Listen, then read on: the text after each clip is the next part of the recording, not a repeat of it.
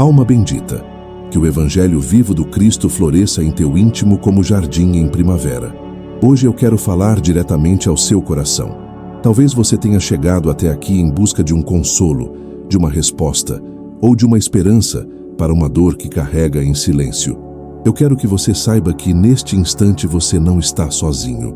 A espiritualidade se aproxima de nós quando abrimos o coração. E este encontro agora é também um encontro de almas que se reconhecem, que se apoiam e que se fortalecem juntas. Você já sentiu em algum momento que a vida se tornou pesada demais? Que as sombras da culpa ou do desespero pareciam maiores que a sua própria força? Talvez você traga em si recordações de alguém que partiu cedo demais, por sua própria escolha, deixando marcas profundas de dor. Ou quem sabe, você mesmo já tenha sentido o peso de não querer continuar, como se a existência fosse um fardo insuportável. Se for esse o caso, eu quero estender minha mão espiritual a você, porque compreendo a intensidade dessa dor.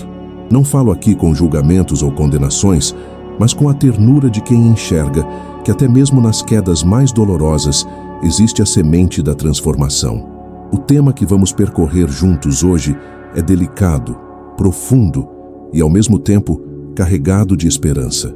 Falaremos sobre a redenção da alma após o suicídio.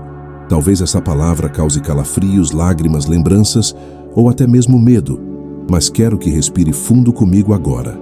Feche os olhos, se puder, e sinta. Não estamos aqui para condenar, mas para compreender, acolher e iluminar. Emmanuel, mentor de Chico Xavier, nos recorda que ninguém está condenado eternamente. E esta é a chave que abre o nosso coração. A certeza de que, por maiores que tenham sido os erros, a vida sempre oferece uma nova chance. A redenção é possível, porque o amor divino não abandona ninguém. Neste primeiro momento, eu quero apenas que você se permita sentir esse abraço invisível que vem da espiritualidade, como uma brisa suave que passa pela sua pele, como um calor sereno que envolve o peito. Existe um convite silencioso dos amigos espirituais. Filho, filha, você é amado. Você nunca está só. Há sempre uma nova aurora além da noite mais escura. A vida é como um rio que não para de correr. Às vezes, ele passa por pedras, por trechos turbulentos, por quedas vertiginosas, mas o rio não se perde, não desaparece. Ele segue, encontra novas margens, novas paisagens. Assim também é a alma. Mesmo quando escolhe o atalho doloroso do suicídio, ela não se perde. Ela sofre, sim, mas encontra correntes de amparo que a conduzem de volta ao fluxo da vida. Quero que você guarde em seu coração esta certeza. Se alguém que você ama partiu pelo suicídio, essa pessoa não foi esquecida. Ela está sendo cuidada, envolvida, tratada, como um enfermo em recuperação. E se a sua dor é pessoal, se é você quem já lutou contra pensamentos sombrios, saiba que também é sustentado, mesmo quando não percebe. Ao longo deste encontro, vamos mergulhar na realidade espiritual descrita por obras como Memórias de um Suicida, que nos mostra com detalhes que a vida não termina no túmulo e que existe sempre uma nova oportunidade de renascer, aprender e recomeçar. Mas antes de avançarmos, eu quero fazer um convite íntimo. Permita-se caminhar comigo com o coração aberto. Este não será apenas um roteiro, mas um diálogo de alma para alma. Vamos construir juntos uma ponte de luz que liga o sofrimento à esperança, a dor ao consolo e a queda à redenção. Se até aqui você sentiu que esta mensagem fala diretamente com você, respire fundo mais uma vez e mentalize: eu não estou só. Há amor me acompanhando. Esse pensamento simples e sincero já abre as portas para que os benfeitores espirituais se aproximem ainda mais de você neste instante. Meu irmão, minha irmã, você já se perguntou o que acontece com a alma depois de um gesto tão extremo como o suicídio? Talvez esse pensamento já tenha atravessado o seu coração em noites silenciosas, quando a saudade aperta ou quando a vida parece sem sentido. Muitos de nós já convivemos com alguém que escolheu partir antes da hora. E nesses casos, a dor é dupla. Não apenas a ausência física nos fere, mas também a pergunta que ecoa dentro de nós: onde estará essa pessoa agora? Sofre? Está perdida? Haverá redenção para quem cometeu esse ato? Essas perguntas não são vazias. Elas nascem da necessidade de compreender, de encontrar consolo, de acreditar que existe justiça e, ao mesmo tempo, misericórdia divina. Porque, em meio ao desespero, a alma que escolhe interromper a própria jornada não deixa de ser filha de Deus. E você que ama ou que sofre por dentro, também não deixa de ser amparado. É verdade que o suicídio deixa marcas profundas. A literatura espírita nos mostra com clareza que há sofrimento, lágrimas e consequências que se estendem para além da morte. Mas seria justo pensar que Deus condenaria eternamente um filho que, em desespero, buscou a fuga da dor? Não seria ainda mais coerente com o amor divino acreditar que até mesmo nessa escolha há um caminho de resgate e transformação? Se você carrega a dor de uma perda assim, talvez já tenha ouvido vozes humanas que julgam, que condenam, que ferem ainda mais com palavras duras. Mas hoje eu quero lhe dizer algo diferente. O espírito que partiu pelo suicídio não é um inimigo de Deus, nem um ser rejeitado. Ele é, antes de tudo, um enfermo da alma. E todo enfermo, cedo ou tarde, encontra tratamento, cuidado e cura. Pense em uma mãe diante de um filho adoentado. Por mais grave que seja a enfermidade, ela não abandona, não renega, não desiste. Pelo contrário, aproxima-se ainda mais, vela o sono, enxuga as lágrimas e oferece o que tem de melhor. Assim é Deus conosco. Assim são os amigos espirituais diante daqueles que erraram. E aqui nasce a pergunta que guiará o nosso caminho. Como a alma que errou pode encontrar a redenção? Essa é a questão que atravessa séculos, religiões, culturas.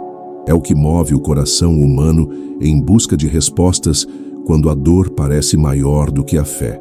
No livro Memórias de um Suicida, pela psicografia de Ivone A. Pereira, os relatos de espíritos que passaram por essa experiência dolorosa revelam tanto a sombra quanto a luz. Eles falam das consequências do ato, mas também do reencontro com a misericórdia divina que os resgatou da escuridão e os conduziu à esperança. Isso nos mostra que a vida não acaba no erro. O suicídio não é um ponto final, mas uma vírgula em uma história que continua, ainda que entre lágrimas. O espírito chora, sofre, mas também aprende, renasce e encontra caminhos de redenção. E é isso que hoje quero oferecer a você. Um olhar profundo e consolador que não nega a dor, mas a atravessa com esperança. Porque cada pergunta sincera que nasce do sofrimento já é, em si, uma prece. E toda prece é ouvida. Meu irmão, minha irmã, quando pensamos em redenção, muitas vezes imaginamos algo distante, quase impossível. Mas a verdade é que a redenção começa no instante em que a alma reconhece sua dor e se abre para ser transformada. Imagine um jardim esquecido. As flores murcharam, as folhas secaram e a terra parece endurecida. Quem olha de fora pode pensar: a vida aqui acabou. Mas basta a chegada da chuva suave, do sol que aquece com paciência e da mão cuidadosa do jardineiro para que pouco a pouco a vida volte a brotar. Assim também é a alma marcada pelo erro. Por mais ressecada e triste que pareça, ela nunca perde a capacidade de florescer novamente. O suicídio é, sem dúvida, um gesto que fere profundamente o espírito. É como se o jardim fosse atingido por uma tempestade repentina. Porém, a vida não se extingue. Há sempre uma nova estação preparada por Deus, e o jardineiro divino não desiste de nenhuma flor. A primeira resposta à nossa pergunta é esta: a redenção começa no amparo invisível. Mesmo quando o espírito mergulha nas sombras da dor após o suicídio, mãos luminosas se estendem em silêncio. Emmanuel nos recorda que a misericórdia do Pai não abandona jamais. Isso significa que, mesmo nos abismos mais profundos, há uma chama de amor que alcança e sustenta. É importante compreender que o sofrimento que vem após o suicídio não é uma punição arbitrária, mas um processo natural de cura. A alma, tomada pela dor, vai pouco a pouco compreendendo o valor da vida que deixou, aprendendo através da própria experiência. É como o doente em recuperação. Sente a febre, o incômodo, a fraqueza, mas tudo isso é parte do restabelecimento. E nesse processo, A redenção não chega de uma vez. Ela se constrói em pequenos gestos, em passos lentos, em gotas de luz. Os espíritos que narram suas experiências em obras como Memórias de um Suicida falam de lágrimas, sim, mas também de reencontros com a esperança. Eles relatam que, após longos períodos de sofrimento, sentiram o toque de mãos bondosas, ouviram vozes que os chamavam com ternura e foram acolhidos em colônias espirituais destinadas ao tratamento e ao aprendizado.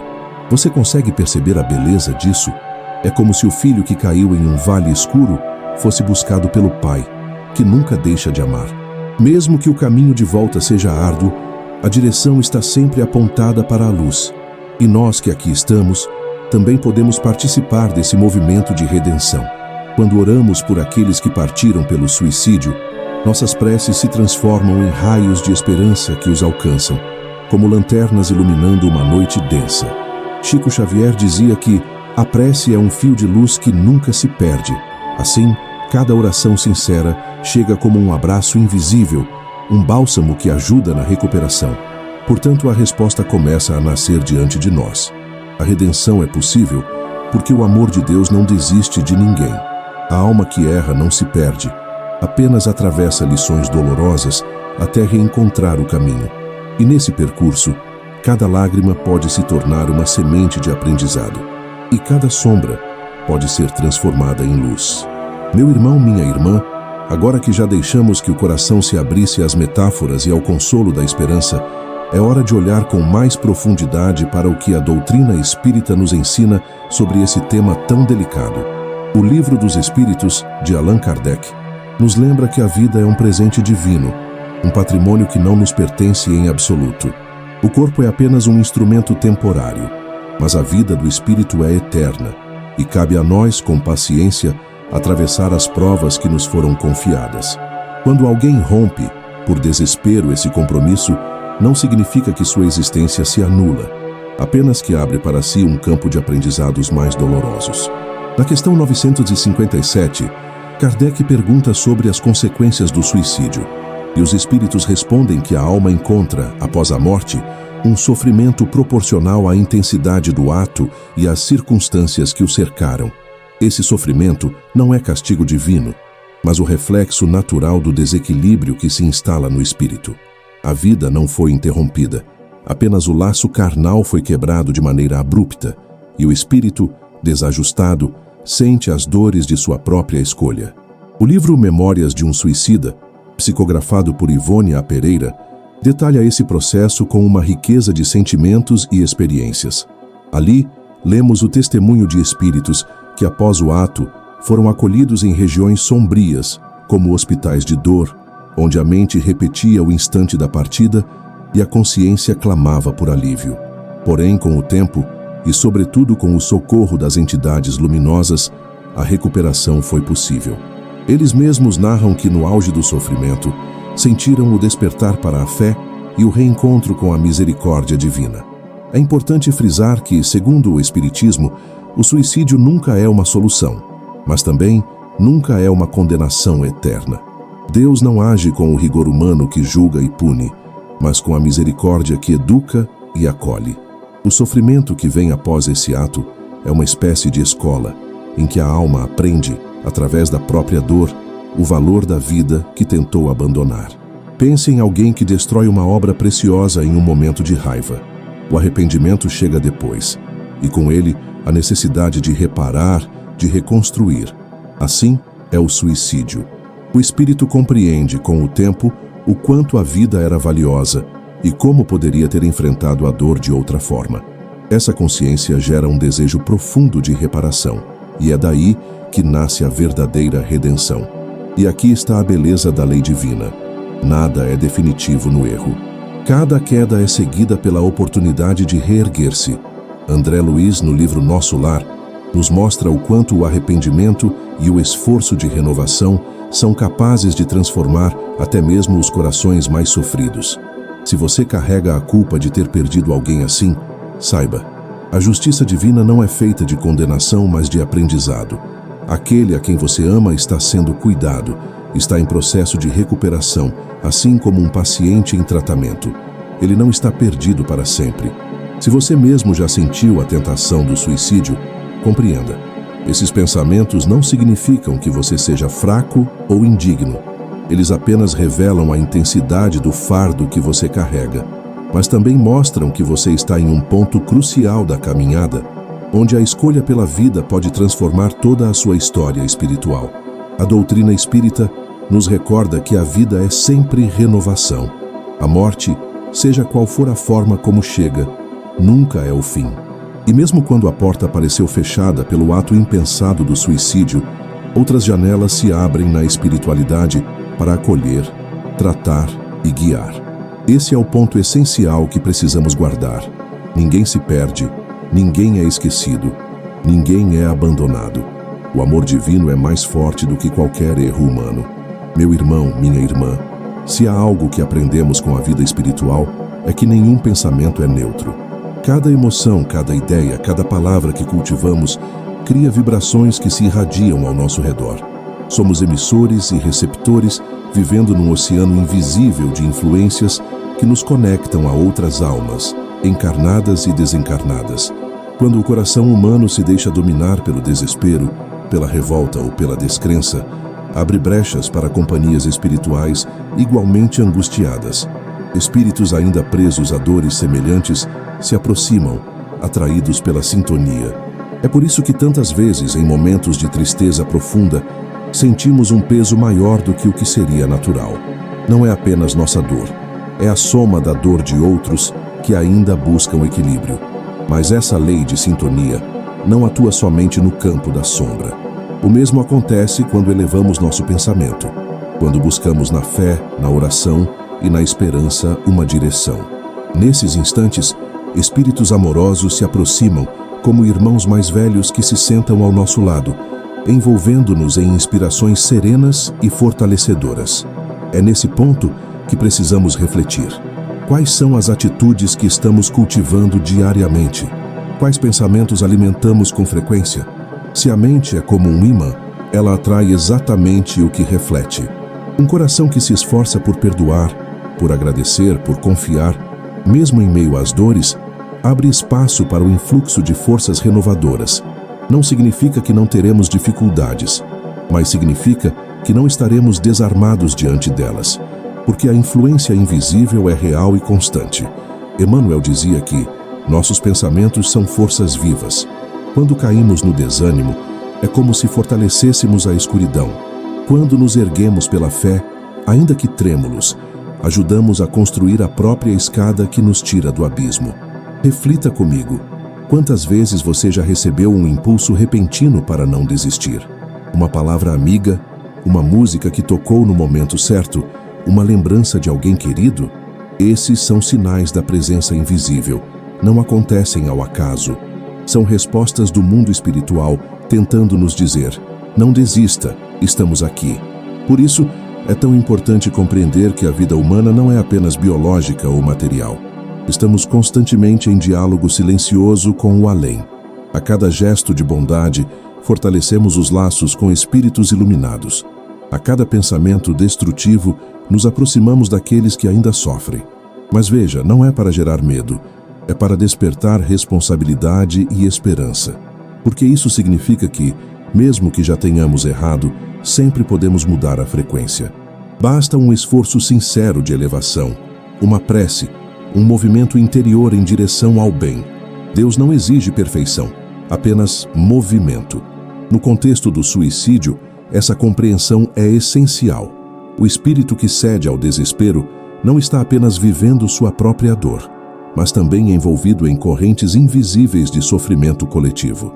Porém, no momento em que começa a buscar a luz, mesmo após o erro, novas influências se aproximam, oferecendo alívio e conduzindo-o para a redenção. E nós que ainda caminhamos pela terra, podemos aprender com isso. Cada atitude nossa é uma porta. Pode ser uma porta aberta para a sombra ou para a luz. Quando escolhemos a gratidão, a paciência, o amor, estamos não apenas fortalecendo nossa própria alma, mas também colaborando com a obra espiritual que nos envolve. Portanto, reflita comigo neste instante. Que tipo de influência você tem alimentado em sua vida? Se percebe que, muitas vezes, o desânimo fala mais alto, não se culpe. Apenas lembre-se, você pode mudar a sintonia. Você pode invocar a presença do bem com um simples pensamento de fé. Meu irmão, minha irmã, você já teve a sensação de que alguém invisível o acompanhava em silêncio? Talvez um arrepio suave em um momento de oração, um perfume delicado surgindo sem razão aparente, ou até um sonho tão vívido que parecia mais real que a própria vigília. Esses são sinais, pequenos lembretes de que a vida espiritual está ao nosso lado, mesmo quando não enxergamos. A espiritualidade não se manifesta com alardes. Ela se aproxima como a brisa que passa pela manhã sem pedir licença, como o raio de sol que ilumina o quarto pelas frestas da cortina. São presenças suaves, que respeitam o nosso livre-arbítrio, mas que deixam marcas inconfundíveis no coração. Quando pensamos no tema da redenção após o suicídio, os sinais tornam-se ainda mais importantes. Os espíritos que atravessaram esse vale doloroso relatam em obras como Memórias de um Suicida que os primeiros lampejos de esperança vieram através dessas percepções sutis, uma voz que sussurrava coragem, uma mão invisível que os erguia em meio às trevas, uma lembrança repentina de um afeto esquecido. E isso não acontece apenas no além. Aqui, na vida encarnada, também somos alcançados por esses sinais. Quantas vezes, em meio ao sofrimento, não ouvimos uma música que parecia ter sido feita para nós, ou não encontramos um livro, uma frase, um vídeo que respondia exatamente ao que o coração clamava em silêncio? Não é acaso, são recados da vida maior. Os sinais espirituais se manifestam também no campo dos sonhos. Muitas vezes, durante o sono, nossa alma se desprende parcialmente do corpo e reencontra familiares, amigos, mentores. Embora nem sempre nos lembremos claramente, esses encontros deixam sensações profundas. Acordamos mais leves, com uma paz que não sabemos explicar. Em outros momentos, os sinais aparecem na forma de intuições. Aquele pensamento súbito que nos impede de cometer um erro. A ideia inesperada que traz solução. A lembrança que chega como alerta. Emmanuel dizia que a intuição é o telefone da alma com o mundo espiritual. E, de fato, esse telefone toca mais vezes do que imaginamos. Mas para perceber esses sinais, é preciso silêncio interior. A vida moderna, com seu excesso de ruídos e pressa, muitas vezes nos impede de escutar. É como tentar ouvir o sussurro do vento em meio a uma tempestade de barulhos. Por isso, a oração, a meditação e até momentos simples de pausa tornam-se portais para essas percepções. E veja que belo, mesmo as almas que erraram gravemente encontram sinais de redenção.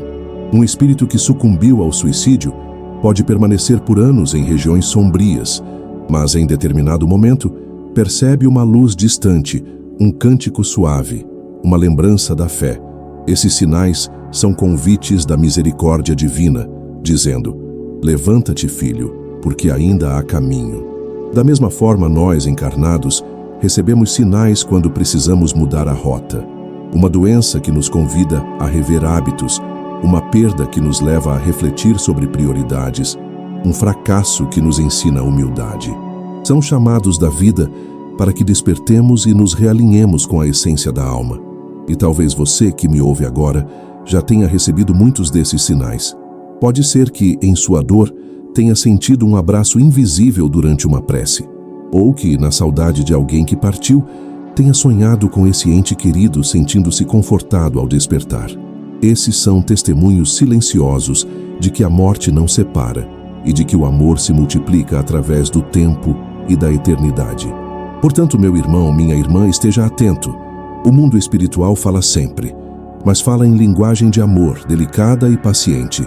Quem se abre para ouvir, descobre que nunca está só e que cada passo é acompanhado por presenças que torcem por sua vitória. Meu irmão, minha irmã, até aqui caminhamos juntos entre perguntas, dores, sinais e esperanças. Agora é hora de olhar para dentro de nós mesmos e reconhecer: a redenção não é um evento distante. Ela começa hoje, em cada atitude, em cada escolha que fazemos diante da vida. A transformação espiritual não acontece de forma repentina. mas se constrói como o nascer do sol. Primeiro a noite escura, depois um fio de luz no horizonte, até que o dia clareia por completo. Assim, é a alma que se ergue da dor para a esperança. O primeiro passo nesse caminho é aceitar a vida como ela é. Não como resignação passiva, mas como confiança de que cada dificuldade é também uma oportunidade de aprendizado. Emmanuel dizia: aceita a vida como se apresenta, porque é nela que encontrarás os degraus da tua elevação. O segundo passo é orar com sinceridade. A oração não precisa ser longa nem cheia de palavras bonitas. Basta ser verdadeira. Pode ser um simples Senhor, ajuda-me. Esse clamor abre portas invisíveis e nos conecta a forças maiores que sustentam. O terceiro passo é agir no bem, mesmo em pequenas coisas. Uma palavra amiga, um gesto de bondade, um sorriso oferecido, uma ajuda silenciosa. O bem é um bálsamo não só para os outros, mas principalmente para nós mesmos, porque eleva nossa frequência e nos aproxima das companhias espirituais luminosas. O quarto passo é perdoar e se perdoar. Muitos que caem no desespero do suicídio carregam culpas profundas, mas a vida ensina que o perdão é libertação. Se não conseguimos perdoar plenamente de imediato, podemos ao menos começar desejando a paz para nós e para os outros.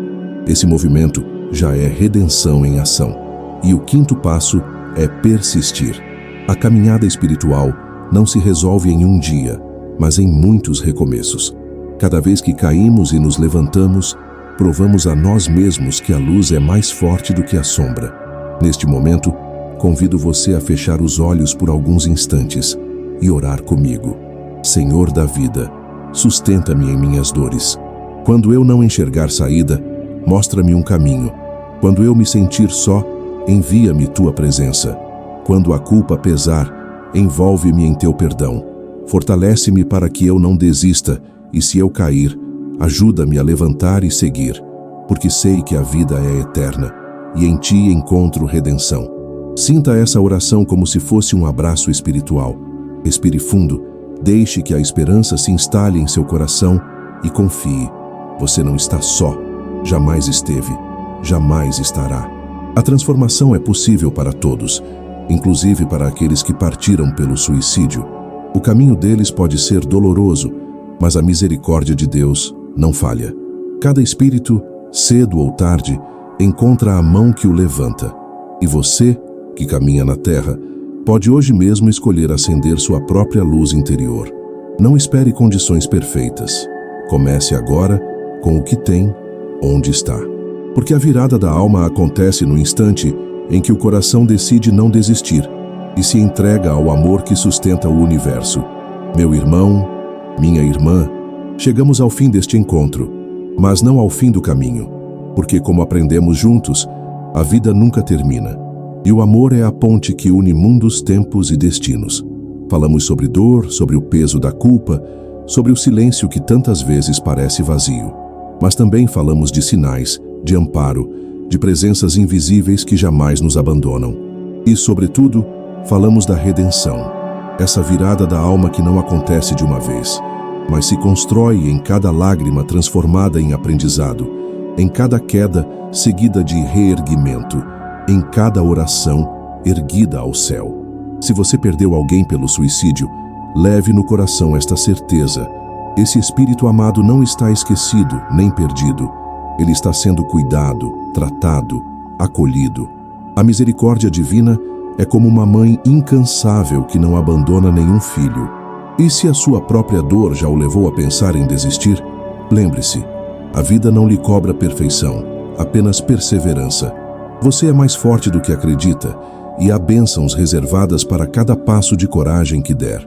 A promessa que nos sustenta é esta: um dia, todos nos reencontraremos na luz, porque não há noite eterna, e nenhum erro é maior que o amor de Deus. Cada espírito, mais cedo ou mais tarde, reencontra o caminho do lar divino, abraçado pela paz que tanto buscou. Quero deixar no seu coração um convite especial. Guarde consigo uma palavra que represente o que você sente agora. Pode ser esperança, fé, luz ou simplesmente paz. E se desejar, Escreva nos comentários: estou em paz. Esse gesto não é apenas simbólico, é uma afirmação espiritual, um compromisso íntimo de que você acredita na redenção e na vida eterna.